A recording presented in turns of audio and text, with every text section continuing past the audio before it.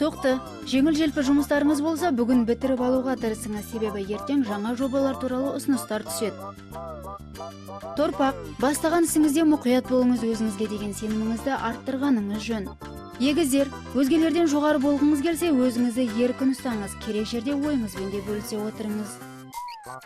Шаян, бүгінгі жоспарыңыз жүзеге аспай қалуы мүмкін, алайда көп уайымдамаңыз. Күніңізді көңілді өткізу үшін достарыңызды қонаққа шақырыңыз.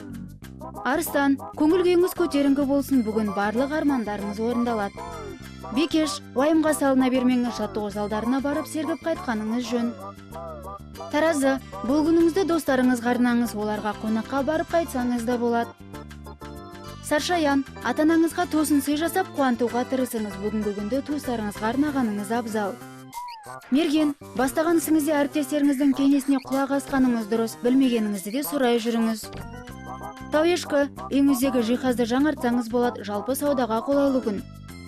Суғығыш, бүгін сіздің жұмысыңызды күлкіге айналдыратындар шығуы мүмкін, ашуға бой алдырмай сабыр сақтаңыз. Балық, айтылған сындарды дұрыс қабылдай білсеңіз ғана өзгелерді жеңе аласыз.